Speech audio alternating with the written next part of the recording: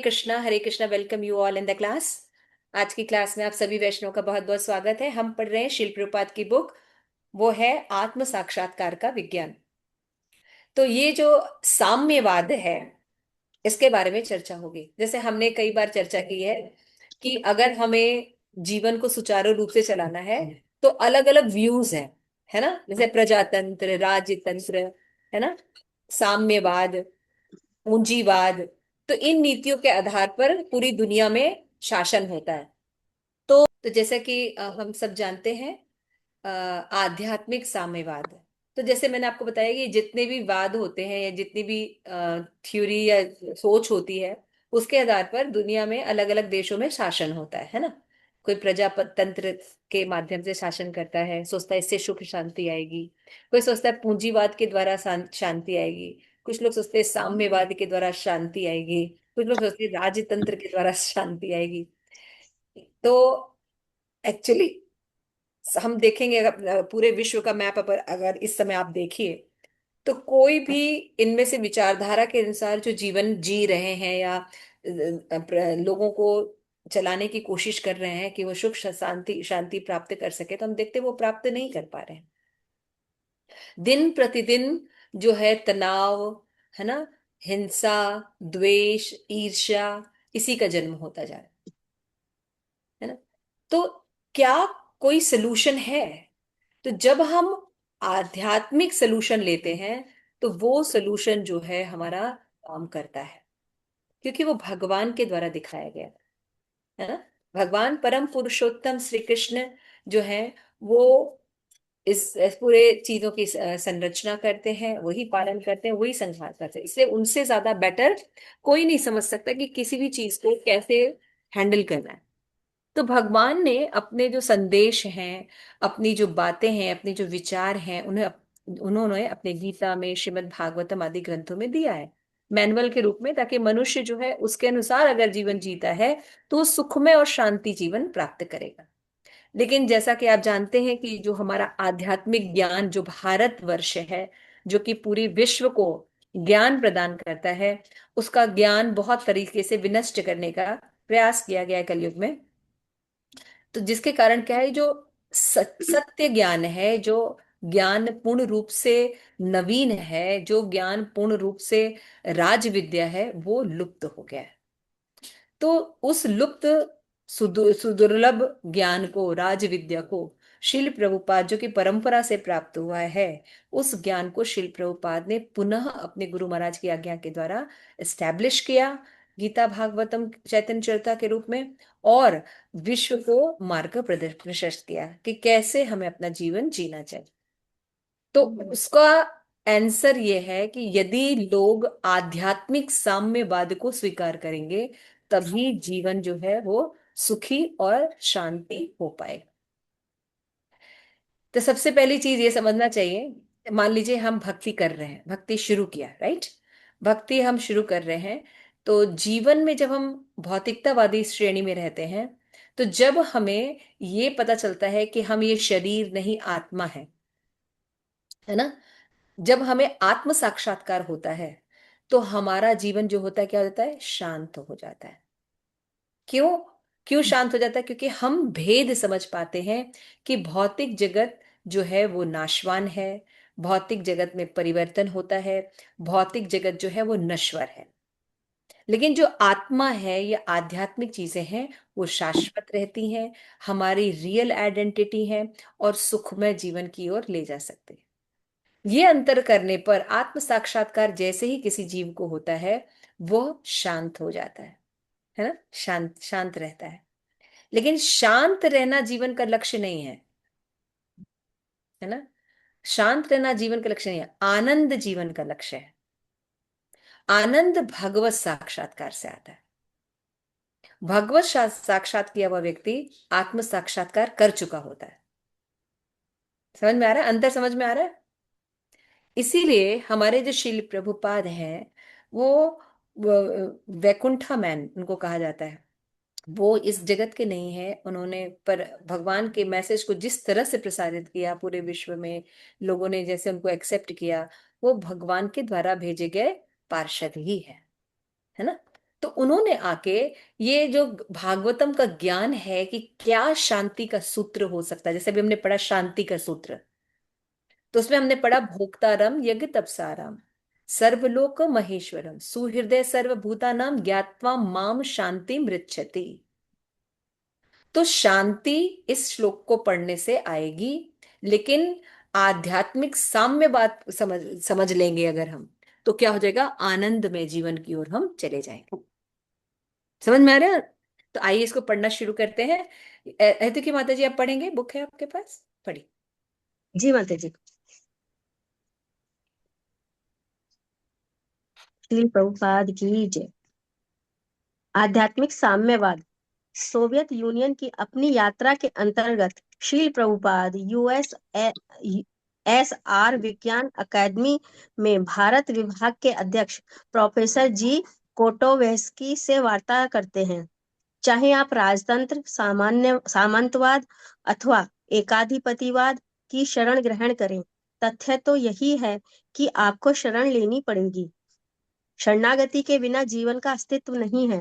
अतएव हम लोगों को शिक्षा दे रहे हैं कि सर्वोच्च नियंता की शरण लें, जिनसे हमें सर्वाधिक सुरक्षा प्राप्त होती है। इसके अतिरिक्त किसी अन्य की शरण को क्रांति के द्वारा परिवर्तित करना पड़ेगा। परंतु जब आप श्री कृष्ण के शरणागत होते हैं, तो यह पर्याप्त है कि आप संतुष्ट हो जाते हैं। हाँ ठीक है, श्री तो आप इसको थोड़ा एक्सप्लेन करिए, क्या समझे इसे। मते जी, यदि हम मतलब भगवान की शरण ग्रहण कर लें, तो हमें किसी की शरण ग्रहण करने की आवश्यकता नहीं है। वरना तो हम फिर क्या नाम है, वही मायावाद के चक्कर में हम्म हम्म पड़े रहेंगे। तो हम्म इसलिए सर्वोच्च नियंता की शरण लें, जिससे मतलब और यही संतुष्टि का एकमात्र मार्ग है। हम्म। ठीक है, तो ये बात समझ में आ गई प्रभुपाद ने क्या कहा। ये किससे बात कर रहे हैं प्रभुपाद?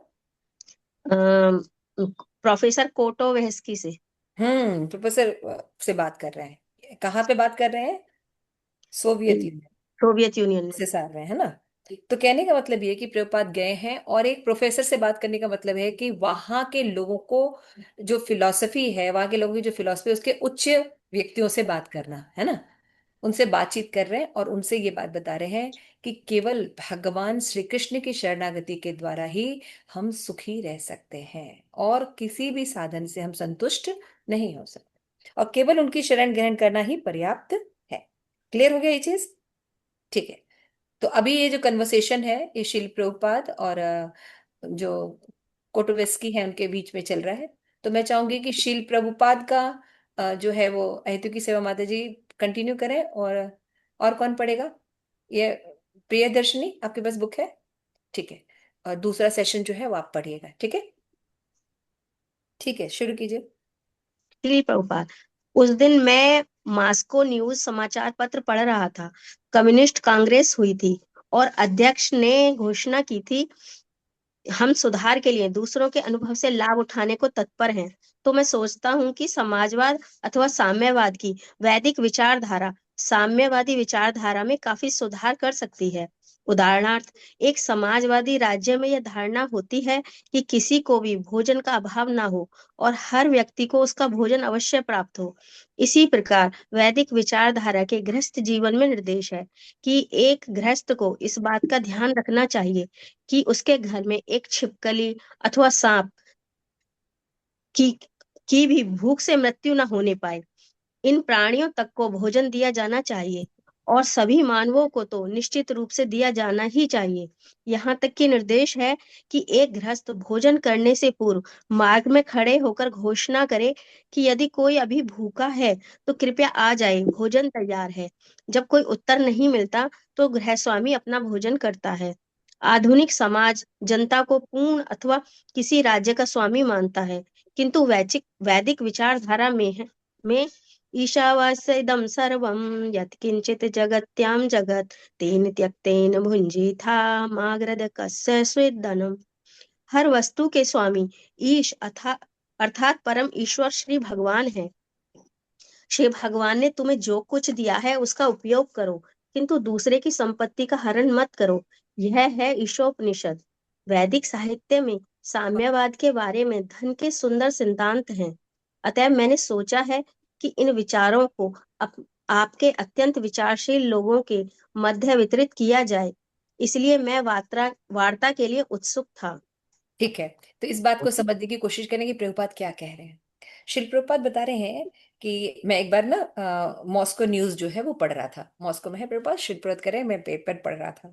तो उसमें जो कम्युनिस्ट लोग हैं, है ना, वो घोषणा कर रहे थे कि हम सुधार के लिए दूसरों के अनुभव से लाभ उठाने को तत्पर हैं।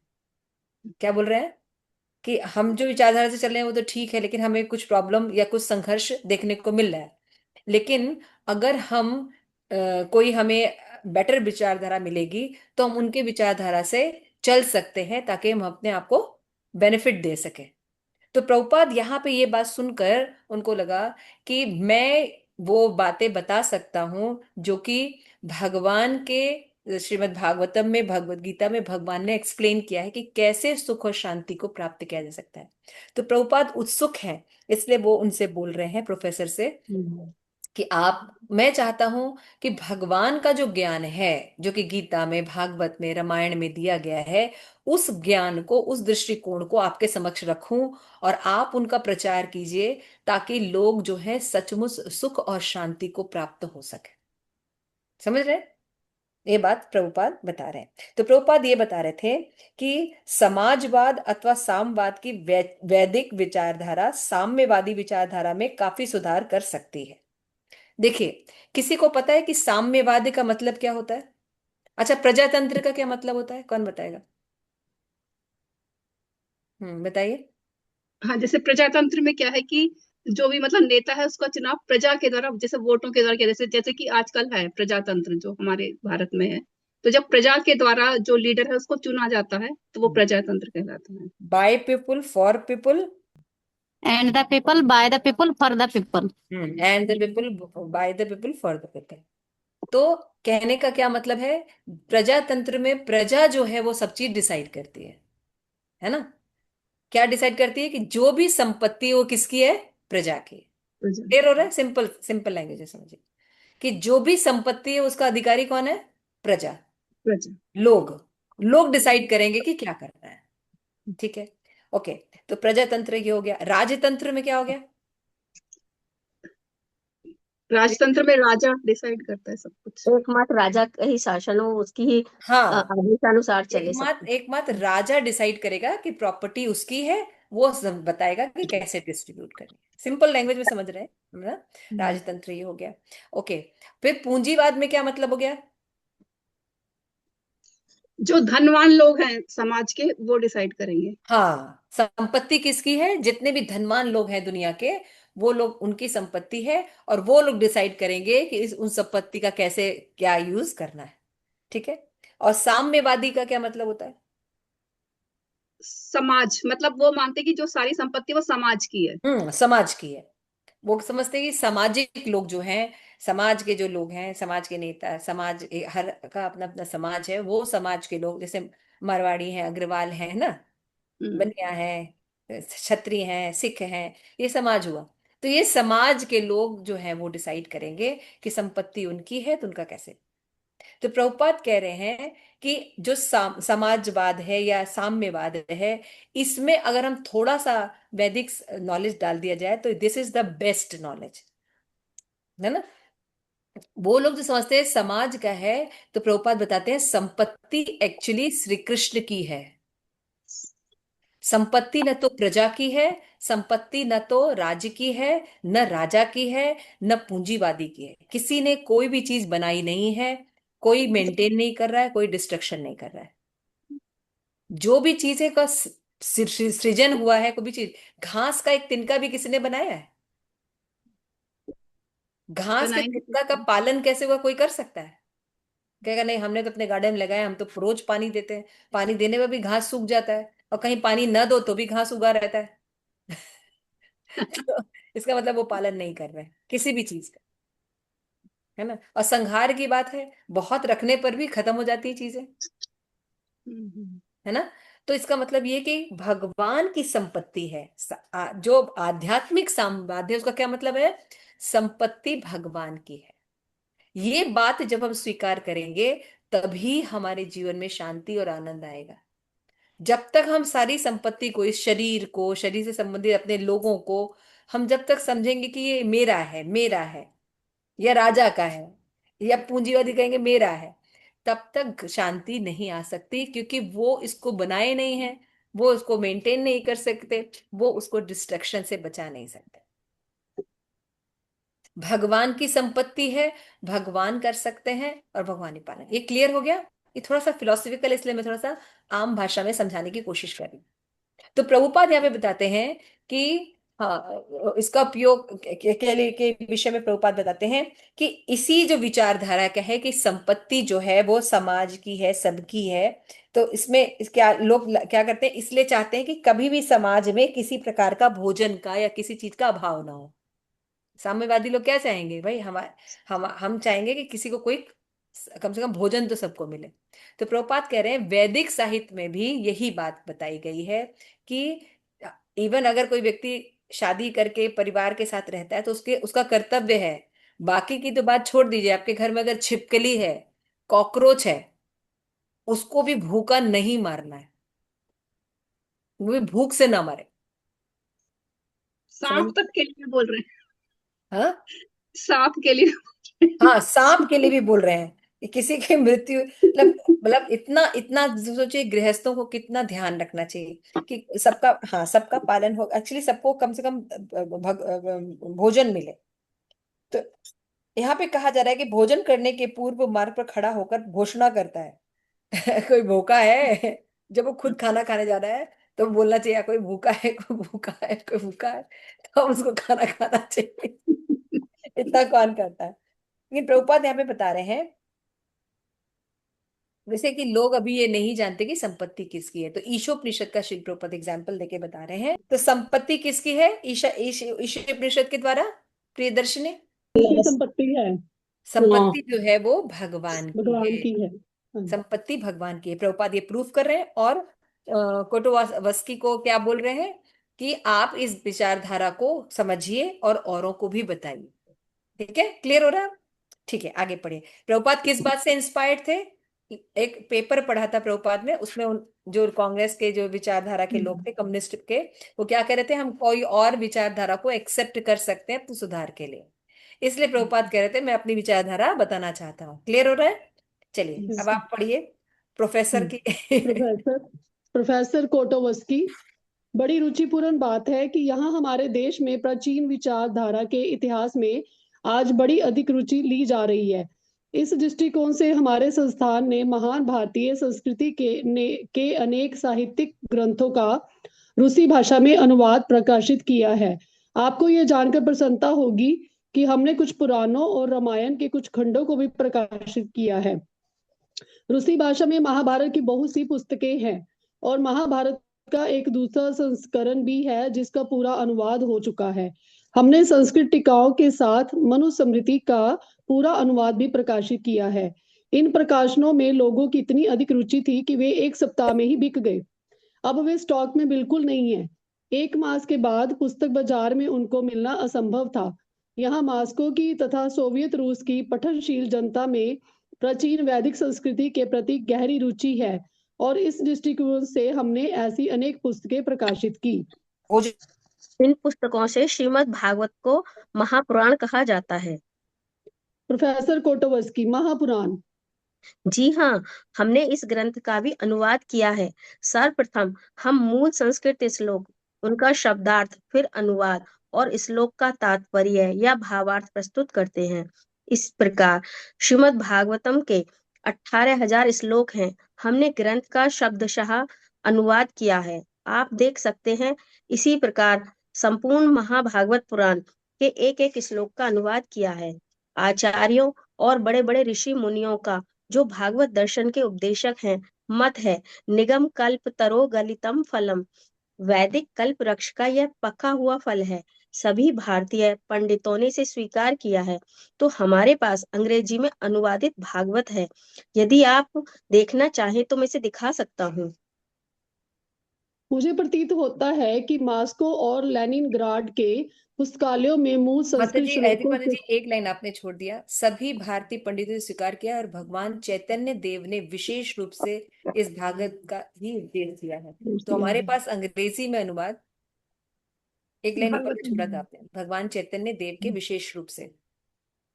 ठीक है, मैं फिर से एक बार पढ़ूं फिर से माता पढ़ जी? दीजिए। हाँ, सभी भारतीय से, बहुत सभी इंपॉर्टेंट लाइन। भारतीय पंडितों ने इसे स्वीकार किया है और भगवान चैतन्य देव ने भी विशेष रूप से इस भागवत का ही उपदेश दिया है। तो हमारे पास अंग्रेजी में अनुवादित भागवत है। यदि आप देखना चाहें तो मैं इसे दिखा सकता हूँ। मुझे प्रतीत होता है कि मॉस्को और लेनिनग्राड के पुस्तकालयों में मूल संस्कृत श्लोकों के साथ अर्थात वेदों सहित प्राचीन भारतीय संस्कृति के सभी प्रमुख ग्रंथ हैं। उदाहरणार्थ, हमारे संस्थान की लेनिनग्राड शाखा में मनुस्मृति के 6 या 8 संस्करण हैं। इस संस्थान की स्थापना साम्राज्यवादी रूस के समय लेनिनग्राड में हुई थी। अतः लेनिनग्राड में हमारे संस्थान की एक शाखा है जहां मुख्यतः एशियाई संस्कृति के इतिहास के संबंध में कार्य होता है। आप यहाँ देखेंगे कि यहाँ किस किस का अनुवाद किया जा रहा है और भारतीय धर्म के इतिहास पर और आज के हिंदू भारत अथवा अर्थात हिंदू तत्व पर क्या क्या अध्ययन हो रहा है। हिंदूवाद यह एक जटिल विषय है। जी हाँ, वास्तव में मेरे विचार से यूरोपीय दृष्टिकोण के अनुसार यह कोई धर्म नहीं है, यह एक जीवन पद्धति है। धर्म, दर्शन, जीवन पद्धति, चाहे कुछ भी कह लीजिए। यह हिंदू शब्द संस्कृत शब्द नहीं है, यह मुसलमानों की देन है। आप जानते हैं, ये एक नदी है इंडस, जिसे संस्कृत में सिंधु कहते हैं। मुसलमानों ने इसे हिंदू बना दिया। तो हिंदू एक ऐसा शब्द है जो संस्कृत शब्दकोश में नहीं मिलता, किंतु इसका उपयोग होने वाला है। किंतु वास्तविक सांस्कृतिक संस्था वर्णाश्रम कही जाती है। 4 वर्ण हैं, सामाजिक विभाजन है, ब्राह्मण, क्षत्रिय, वैश्य, शूद्र, और 4 आश्रम, अ, ब्रह्मचारी, गृहस्थ, वानप्रस्थ और सन्यास। जीवन की वैदिक विचारधारा के अनुसार जब तक लोग 4 वर्णों, 4 आश्रमों की इस प्रणाली या प्रथा को स्वीकार नहीं करते, तब तक वे वस्तुतः सभ्य नहीं, मानव नहीं बनते। मनुष्य को वर्ण आश्रम की इस प्रणाली को स्वीकार करना होगा। भारतीय संस्कृति युग प्राचीन इस वैदिक प्रणाली पर आधारित है। वर्णाश्रम? हाँ, वर्णाश्रम। और भगवत गीता में, कदाचित आपने भगवत गीता का अध्ययन किया है? जी हाँ। भगवत गीता में वर्णन है, चातुर्वर्ण्यम मया सृष्टम। इस पद्धति की रचना भगवान श्री विष्णु ने की, क्योंकि वर्णाश्रम के सृष्टा स्वयं परब्रह्म भगवान है। अतएव इसे बदला नहीं जा सकता। यह तो सर्वत्र प्रचलित है। यह सूर्य के समान है। सूर्य का निर्माण श्री भगवान ने किया है। सूर्य का प्रकाश अमेरिका, भारत, रूस सर्वत्र है। इसी प्रकार यह वर्णाश्रम प्रणाली किसी न किसी रूप में सर्वत्र विद्यमान है। उदाहरणार्थ, ब्राह्मण मानव समाज का सबसे बुद्धिमान वर्ग है। वह समाज का मस्तिष्क है। क्षत्रियों का प्रशासनिक वर्ग है। वैश्यों का उत्पादक वर्ग है और शूद्रों का श्रमिक वर्ग है। मानव समाज के चारों वर्ग विभिन्न भागों में सर्वत्र विद्यमान है। इनके मूल रचयिता स्वयं भगवान है। अतएव यह वर्णाश्रम धर्म सर्वत्र प्रचलित है। तो मेरा एक बात का आंसर दीजिए। ये जो शिल प्रभुपाद ये बात रख रहे हैं कि हमें किस पद्धति से शासन करना चाहिए, साम्यवादी तरीके से आध्यात्मिक साम्यवाद को अपनाना चाहिए, जिससे सुख और शांति आएगी। तो आध्यात्मिक साम्यवाद को ग्रहण करना हमारे जीवन के लिए क्यों जरूरी है? क्यों प्रभुपाद हमें बता रहे हैं? एक साधारण जनता को क्यों ये बात बता रहे हैं? क्या सोचते हैं आप लोग? यस, प्रेम मंजरी माधु जी। माता जी, अगर हम लोग जो जिसको हम चुन रहे हैं अपना नेता ना, अगर हम ब्राह्मण नहीं चुनेंगे तो हमारे लिए ही आगे वो शासन भी नहीं करेगा ना। जो शिक्षित नहीं है, जो ट्रेंड नहीं है बंदा, है ना, शूद्र अगर वहां रहेगा तो हमारे को भी तो उसके दिमाग के हिसाब से ही होगा ना। तो अगर शूद्र चुनेंगे तो शूद्र जैसा व्यवहार करेगा। अगर ब्राह्मण चुनेंगे जो ट्रेंड है, ब्राह्मण मतलब वैष्णव ब्राह्मण, जो जो चीजों की वैल्यू को, जो स्पिरिचुअल वैल्यूज को समझता है, तो तभी तो फायदा ना। आप शूद्र को चुनेंगे तो फिर शूद्र जैसा व्यवहार होगा। स्पिरिचुअल वैल्यू क्या है? सॉरी, हाँ, तो वो स्पिरिट के लिए काम करेगा ना। वो कहेगा अच्छे दिन आएंगे, तो वो आत्मा के लिए भी बात होगी वहां पर कि क्या सिर्फ सेंस ग्रेटिफिकेशन के लिए ही हमारे को चीजों को देखना है। जैसे आज की वो चीजों पे उनका फोकस कहा जाता है सेंस ग्रेटिफिकेशन पे। आपको अच्छा खाने को मिलेगा, आप अस्पताल अच्छे मिलेंगे, बीमारी ही क्यों होनी है ना। आप अगर हम लोग ये चार धर्म के चार नियमों का पालन करेंगे तो हमें बीमारी ही नहीं होगी ना। मगर वो ये क्या बोलते हैं कि आपके लिए अस्पताल बना रहे हैं, डॉक्टर हो रहे हैं, तो आप वो फोकस नहीं कर रहे हैं कि आप उनको आध्यात्मिक ज्ञान दें। स्कूल कॉलेजेस में बस मोर मोर करते रहते हैं, मेडिकल में, और ये बच्चों को क्या सिखाते हैं, कोई वैल्यू सिस्टम नहीं है।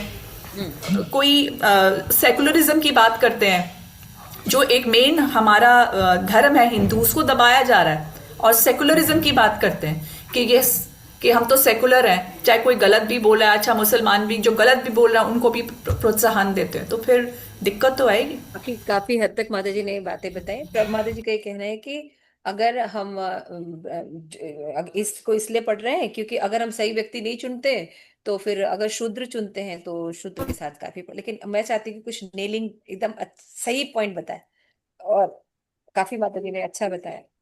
यस, प्रेम पद्मिनी माता जी।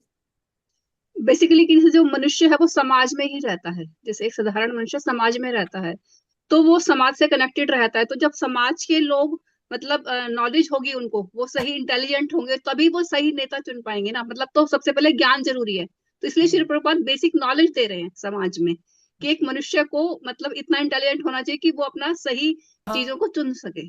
तो बेसिकली प्रभुपाद का मेरा लक्ष्य एक। क्वेश्चन शायद आप लोग नहीं समझ, मेरा क्वेश्चन ये नहीं है। मेरा हाँ हाँ। क्वेश्चन ये है, भाई ठीक है आधुनिक साम्यवाद के बारे में प्रभुपाद समझा रहे हैं, कर रहे हैं, इसको हमें क्यों समझना है? एक हम जैसे साधारण स्त्रियों को या एक हम जैसे साधारण पुरुषों को क्यों समझना है? क्यों हम पढ़ेंगे? क्यों ये क्योंकि बातें हम समझें? ताकि हम अपने जीवन को मतलब श्रेष्ठ बना सके, मनुष्य जीवन के लक्ष्य को प्राप्त कर सके। और ये आंसर है। मनुष्य जीवन का पर्पस है। हाँ। ब्राह्मण पर्पस जानता है, कृपण इंद्रिय तृप्ति में रहता है ना। दो शब्द शास्त्र में है, कृपण और ब्राह्मण। ये पढ़कर जैसे हमको लग रहा होगा ये फिलॉसफी हम क्यों पढ़े, साम्यवाद ये वो, कुछ भगवान की लीला उला बतानी चाहिए थी। कुछ कुछ रासलीला वगैरह बतानी चाहिए थे, कुछ कृष्ण राधा रानी के कुछ कुछ कुछ ऐसे गोपनीय रहस्य बताने चाहिए थे, है ना। ये क्या पढ़ रहे हैं, इसको पढ़ के हमें क्या मिलेगा? तो इसका आंसर ये है, अगर हम जीवन का पर्पस नहीं जानते, जीवन का उद्देश्य नहीं जानते, तो हम जिएंगे कैसे? इसलिए प्रभुपाद हमें जीवन का उद्देश्य बना रहे, क्योंकि हम भी मनुष्य शरीर में हैं। बिल्कुल। जब हम जीवन के उद्देश्य को जानेंगे, तब हम उद्देश्य को जानने वाले लोगों को अपने जीवन को संचालन करने का अधिकार देंगे। यस। जब फिर वही सारी बातें आ जाएंगी जो प्रेम पद्मिनी और प्रेम मंजरी माता जी ने बताई, सेम बात, कि ये बिल्कुल लोग जीवन का उद्देश्य जानते हैं, मनुष्य जीवन का क्या उद्देश्य है वो ब्राह्मण जानता है, लेकिन कृपण इंद्रिय नहीं तृप्ति जानते। जानता है। हम्म, तो कृपण लोगों को चुनेंगे, और हम सोचेंगे सड़कें बना लेने से, है ना, हॉस्पिटल खोल देने से, इलेक्ट्रिसिटी बना लेने से, बड़ी बड़ी इंडस्ट्रीज लगा लेने से, है ना, या बहुत बड़े न्यूक्लियर बॉम्ब बना लेने से, इन सब से हम शांति प्राप्त कर लेंगे। तो इनसे शांति नहीं मिल सकती। जिनके पास ये सब चीजें हैं, वहां के देश को भी देख लीजिए, अमेरिका को देख लीजिए, सबसे ज्यादा अशांत है। सबसे ज्यादा सुसाइड वहीं पे ही होते सबसे हैं। ज्यादा वहीं पर सारी प्रॉब्लम वहीं पर है। तो कहने का मतलब ये है कि इन सब चीजों से जीवन में आनंद और सुख नहीं आ नहीं। सकता। तो ये कृपण लोग अगर हमें राज्य करेंगे या मार्गदर्शन करेंगे, तो ये केवल विनाश के अलावा कुछ नहीं करेंगे, क्योंकि कृपण मतलब आसुरिक प्रवृत्ति। यस। और हमने भगवत गीता में पढ़ा है कि आसुरिक प्रवृत्ति के लोग अगर साथ में रहेंगे, या हम आसुरिक प्रवृत्ति के रहेंगे, तो हम जो सुख और शांति और आनंद चाहते हैं वो नहीं स्टैब्लिश कर सकते, चाहे किसी भी कीमत में। इसलिए इस साम्यवाद को समझना हमें बहुत जरूरी है। तो सबसे पहले पॉइंट शिल प्रभुपाद ने उनसे जब प्रोफेसर से उठा रहे हैं, तो वो एक ही बात करे कि हाँ लोग बहुत इंटरेस्टेड हैं।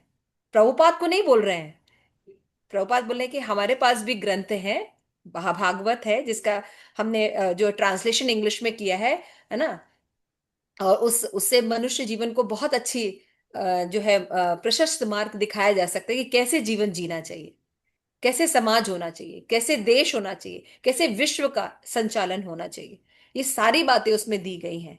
लेकिन प्रोफेसर ने क्या करा, नहीं हाँ, हमारा जो यूरोप में या जो हमारे जो देश है मॉस्को वगैरह, यहाँ पे लोग बहुत ज्यादा जो है वो आध्यात्मिक ज्ञान की ओर रुचि ले रहे हैं। कई पुस्तकों का अनुवाद हुआ, ये हुआ, और एकदम से खत्म हो गई। अभी वो पुस्तकें भी अवेलेबल नहीं है। लोगों को पढ़ने में बहुत इंटरेस्ट आ रहा है आजकल। क्यों आ रहा है? क्योंकि हर तरीके से वो परेशान हो चुके हैं। युद्ध युद्ध से, महामारी से परेशान हो चुके हैं। वो अपने जीवन में शांति चाहते हैं, है ना। इसलिए वो कोई ऐसा, जब वो आध्यात्मिक चीजें पढ़ते हैं तो उनको बहुत अच्छा लगता है।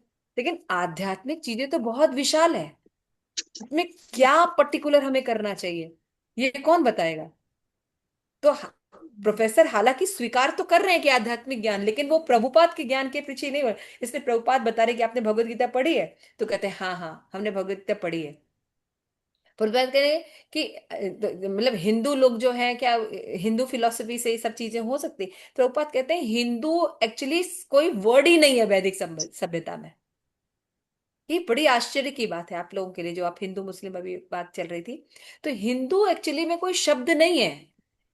प्रभुपाद कह रहे हैं कि ये जो वैदिक प्रणाली को पालन करने वाले लोग थे, ये सिंधु नदी के किनारे रहते थे।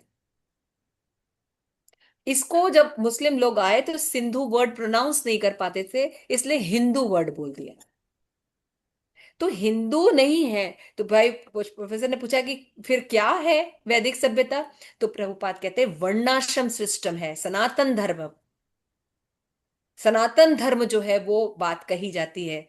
और सनातन धर्म हर जीव का धर्म है। रूस हो, चाहे अमेरिका हो, चाहे साउथ अफ्रीका हो, चाहे रशिया हो, चाहे भारत हो। तो साम्यवाद की जो बात हम आपको प्रभुपाद कर रहे, जो प्रभुपाद एक्सप्लेन कर रहे हैं, वो सभी जीव के लिए अनिवार्य है। क्योंकि ये समझना कि प्रॉपर्टी किसकी है ये बहुत जरूरी। कोई भी कहीं पर भी है, चाहे गरीब देश है, विकसित देश है या विकासशील देश है, उनके सभी नागरिकों के, सभी जीव को ये समझना होगा सभी प्रॉपर्टी भगवान की है। केवल मनुष्य नहीं, हर जीव, हर जड़ या चेतन, सब चीज की संपत्ति का अधिकार भगवान का है। जब तक जीव इस फिलॉसफी को नहीं समझेगा तब तक नहीं। कैसे समझेगा? जब समाज में वर्ण आश्रम सिस्टम को लोग समझेंगे। ब्राह्मण, क्षत्रिय, वैश्य, शूद्र, जो योग्य लोग रहेंगे वो शासन करेंगे तो होगा। तो इस, और अभी देखिए ये चर्चा हो रही है कि जनरली उस समय मॉस्को में, अमेरिका में लोग कहते हैं सबको समान अधिकार होना चाहिए, इक्वल होना चाहिए, है ना। प्रभुपाद उस समाज में जाके बता रहे हैं इक्वल नहीं, चार प्रकार के लोग होने ही चाहिए एक समाज को विकास करने के लिए। ये एक बहुत क्रांतिकारी विचार है। अगर आपको एक सिस्टम चलाना, चाहे आपका घर भी क्यों ना हो, आपको चार प्रकार के लोग चाहिए ही चाहिए। एक ब्राह्मण भी होना चाहिए, क्षत्रिय भी होना चाहिए, वैश्य भी होना चाहिए और शूद्र भी होना चाहिए। आप लोगों में से कितने लोग ये बात को समझ सहमत है? आप अपने घर यूनिट की बात कीजिए, हाथ खड़ा कीजिए। लगभग सारे लोग हाथ खड़ा कर रहे हैं, है ना। आपके घर में एक ब्राह्मण भी होना चाहिए, जिसको, जिसका मतलब इंटेलिजेंट हो, जिसके पास दिमाग हो। एक ऐसा व्यक्ति भी होना चाहिए जो रक्षा कर सके, और एक ऐसा व्यक्ति हो सके जो बिजनेस कर सके, और ऐसा व्यक्ति जो सेवा कर सके। ये चारों की जरूरत पड़ती है। एक व्यक्ति सारे कार्य कर रहा है इसलिए दिक्कत आ रही है। इसलिए प्रभुपाद यहाँ पे मेंशन कर रहे हैं। प्रभुपाद कह रहे हैं सूर्य का प्रकाश अमेरिका, भारत, रूस सभी जगह जाता है। इसी प्रकार ये वर्णाश्रम प्रणाली किसी न किसी रूप में सर्वत्र विद्यमान है। उदाहरण के लिए ब्राह्मण मानव समाज का सबसे बुद्धिमान वर्ग है, यानी समाज का मस्तिष्क है। क्षत्रिय प्रशासनिक वर्ग है, वैश्य उत्पादन करता है, और शूद्र जो है श्रमिक वर्ग है। आप अगर नहीं भी मानिए तो हर समाज में ऐसे चार प्रकार के लोग होते ही हैं, पैदाइशी होते हैं, जन्मजात। कुछ लोग बहुत बुद्धिमान होते हैं, कुछ लोगों के अंदर बहुत सुरक्षा की भावना रहती है ना, सबके प्रोटेक्ट करते हैं। कुछ लोगों के अंदर बिजनेस माइंड बहुत ज्यादा होता है, और कुछ लोगों के अंदर सेवा भाव बहुत होता है। आप देखिए, है ना, बाय बर्थ होता है। तो इसका क्या मतलब है? इसका मतलब यह है कि एक समाज में 4 प्रकार के लोग होते हैं, और सबको हम ब्राह्मण बना दें या सबको शूद्र बना दें तो पूरा समाज अव्यवस्थित हो जाएगा। इक्वल हम हैं आत्मा के रूप में, भगवान के अंश के रूप में। ये सब बातें समझना कितना कितना जरूरी है एज ए इंडिविजुअल लेवल पर भी हमें। इसलिए मैंने ये प्रश्न पूछा कि ये फिलॉसफी हो सकता है हम कहें कि ये तो नेताओं का काम है, तो प्रभुपाद हमें क्यों बता रहे हैं? हमें समझने की बहुत जरूरत है, बहुत जरूरत है। एज अ पर यूनिट हर जीव अगर ये बात समझ जाए तो अपने आप व्यवस्था हो जाएगी, है ना? हर अपने आप व्यवस्था हो जाएगी। हम व्यवस्थित होंगे, हमारा घर व्यवस्थित हो जाएगा। घर व्यवस्थित होगा तो हमारा समाज व्यवस्थित होगा। समाज व्यवस्थित होने लगेगा, देश तो देश। व्यवस्थित हो जाएगा। देश से राष्ट्र, और राष्ट्र से पूरा विश्व। ये चैनल है। बिल्कुल। तो इसलिए बहुत जरूरी है एक स्त्री को भी ये ज्ञान समझने की, क्योंकि स्त्रियां जो होती हैं वो घर को क्रिएट करती हैं, बनाती हैं। आप सब, हम सबको ये ज्ञान समझने की जरूरत है कि संपत्ति या प्रॉपर्टी या हम किससे बिलोंग करते हैं, हम किसके हैं। ये ही समझने से केवल सारी व्यवस्था ठीक हो जाएगी। सोचिए, सारी व्यवस्था हमारे जो जितनी अव्यवस्था हम देख रहे हैं, जितनी परेशानियां हम झेल रहे हैं, ये सारी चीजें एक साथ खत्म हो जाए। आज सुबह मैं बात कर रही थी क्या नाम है इनका, सेवा कुंज सेवनी माता जी से। तो कहती, माता जी हमारे प्रभु जी की इतनी तबीयत खराब है, इसके पहले भी सेम हॉस्पिटल था, डेंगू हुआ था प्रभु जी को 2-3-4 साल पहले, और अभी भी इतनी हालत खराब है। लेकिन इस बार माता जी मुझे दुख नहीं हो रहा है। ऐसा लगता है कि भगवान गुरु साथ में है, मुझे कोई दुख नहीं हो रहा है। मैं अंदर से बल महसूस कर रहे हैं। तो हमके यही फर्क होता है। जब हमारे पास आध्यात्मिक ज्ञान होता है तो व्यक्ति क्या होता है, अंदर से जो रहता है वो सॉलिड रहता है। ये हमें पता नहीं चलता। जब हम जप करते हैं या जब कोई भक्ति करते हैं तो हमें पता नहीं चलता कि हमें क्या मिल रहा है। बाकी लोग हमें डिमोरलाइज करते हैं, क्या कर रहे हो, अभी से भक्ति क्यों कर रहे हो, ये माला करने से क्या हो जाएगा, तुम्हारा पेट भर जाएगा, ये हो जाएगा। लेकिन जब समय आता है तो पता चलता है ये आध्यात्मिक ज्ञान के बल पर हमें अजीब सी शांति रहती है, चाहे कितना भी डिस्ट्रक्शन यानी अपना शरीर ही क्यों ना विनष्ट हो रहा हो। हम भगवान का हाथ पकड़कर इस शरीर से पार होकर अपने आध्यात्मिक स्वरूप को पार कर लेंगे और हम अपने भगवत धाम चले जाएंगे। कितना आसान हो जाता है, गो खुर के बराबर हो जाता है, जो कि कितना मुश्किल। आप सब जैसे कि सेवा कुंज माता जी ये रियलाइजेशन कर रही हैं, आप लोग भी ये रियलाइजेशन कर रहे होंगे छोटे बड़े रूप में, है ना? ये आध्यात्मिक ज्ञान जब विपत्ति आती है तो उसमें बहुत काम आता है। माता जी मैंने आपसे प्रश्न भी पूछा था कि माता जी मेरे को कुछ हो नहीं रहा है, तो क्या मेरा मतलब मैं हार्टेड हूँ? कल भी मेरे साथ इतना कुछ हुआ, बट मैं अपनी चीज़ें कर रही हूँ, तो मुझे लगा कि मैं हार्टेड हो गई हूँ। कि अपनी माता जी ने बोला नहीं, ये this is not because of you, nothing because of you, this is what you are doing, गुरु की कृपा से ऐसा हो रहा। नहीं तो क्योंकि इतना डिफिकल्ट टाइम रहता है, बहुत डिफिकल्ट टाइम रहता है। पर बहुत डिफिकल्ट टाइम। तो आज हम जो यहाँ तक पढ़ रहे हैं उसके बाद ये बात हमें समझनी होगी कि प्रभुपाद ये जो बात प्रोफेसर से कर रहे हैं वर्णाश्रम सिस्टम की, ये बातें हमें भी समझने की बहुत जरूरत है। ये आधुनिक साम्यवाद समझने की बहुत जरूरत है। सनातन धर्म को समझ, सनातन धर्म है क्या हर जीवों के लिए। सनातन धर्म पहले तो ये समझ रहा हूं, ये नहीं कि हाँ मतलब ये खाली कहीं कोई और सिस्टम की बात करी जा रही है, किसी और व्यक्ति की बात की जा रही है, ये हमारे लिए बात की जा रही है। ठीक है, इसका नेक्स्ट पैराग्राफ पढ़िए। मैं समझ मेरे ख्याल से समझ में आ रहा है थोड़ा सा एक्सप्लेन करने से। हाँ। ठीक है, आगे पढ़िए। मजे की बात तो यही है कि कतिपय यूरोपीय और प्राचीन रूसी विद्वानों के मत में इस वर्णाश्रम धर्म की रचना बाद में हुई है। और यदि आप वैदिक साहित्य के प्राचीन ग्रंथों का अध्ययन करेंगे तो आपको एक अत्यंत सरल कृषक समाज का पता चलेगा।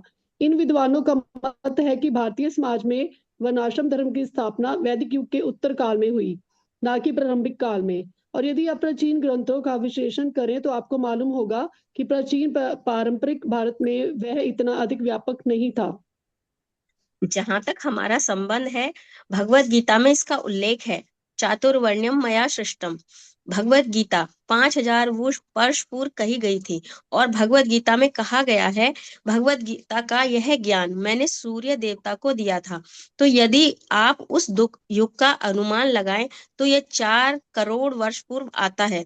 क्या आप उस युग क्या यूरोपीय विद्वान 5,000 वर्ष पूर्व के इतिहास का पता लगा सकते हैं? क्या वे 4 करोड़ वर्ष पीछे जा सकते हैं?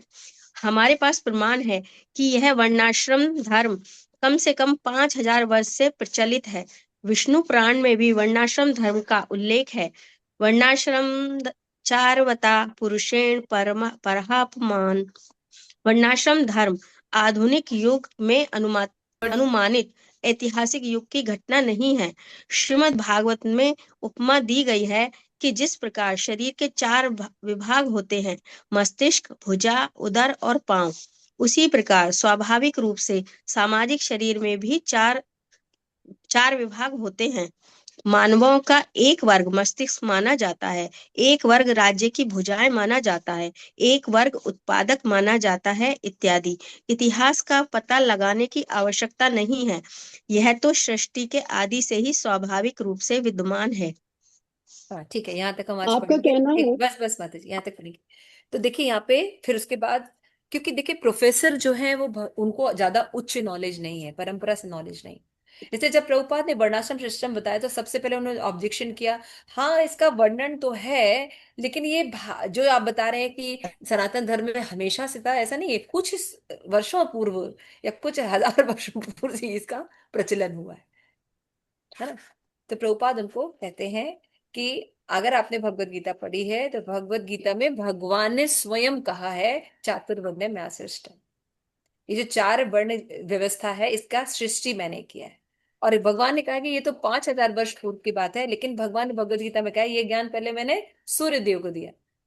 तो लगा अगर आप कैलकुलेशन करें मनुओं के हिसाब से तो लगभग 4 करोड़ वर्ष पूर्व की इतिहास हमारे पास है, जिसमें कि ये वर्णन है कि ये आश्रम व्यवस्था थी, शुरू से थी।